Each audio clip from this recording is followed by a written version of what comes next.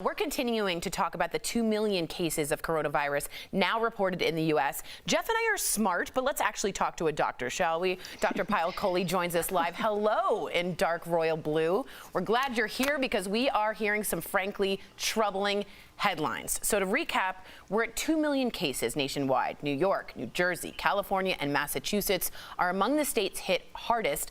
Not only that, health experts are also predicting a dip in cases before a large spike around September. And they are saying the spike could be the death toll exceeding 200,000. Before we get to the viewer questions, and I want to talk about this, Jeff asked a great point. Do masks work? Do we know that, yay or nay? That's not what I asked, to be specific. Yes. Say what you're saying. Yeah, Dr. Kohli, I don't know if you were just watching the segment before, were you? I was, Jeff, but please clarify the question because I think you're bringing up a really important point about the protests. Well, I just said, Dr. Kohli, we're not going to get a specific number because of the protests opening at the same time as the restaurants. We're not going to know if it's safe to be at restaurants because obviously we're getting that number affected by the people gathering at these protests. That's what I meant. So let me clarify a few things. First of all, Jeff, you're absolutely right. Many things are happening at the same time, so it's going to be really hard to separate out the effects of each individual thing.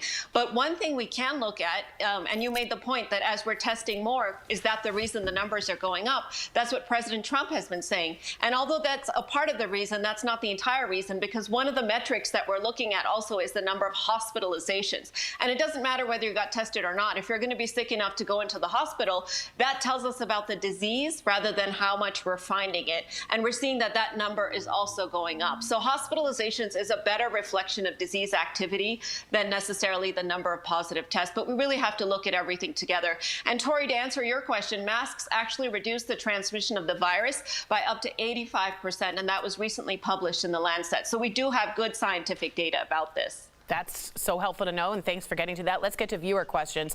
Tony asks, does the spike in September mean I should continue sheltering at home until the fall? Family and friends are kind of starting to invite me to things, and I don't know what to say.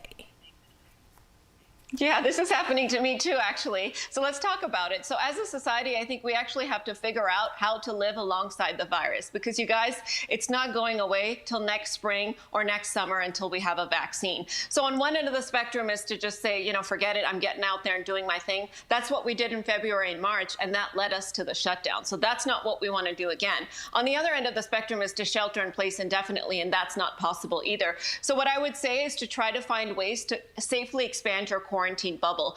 You know, we were talking about whether we can start to see our friends. Maybe you and a friend get tested together. That's called a COVID buddy. And then you can hang out safely without the masks or without worrying about social distancing.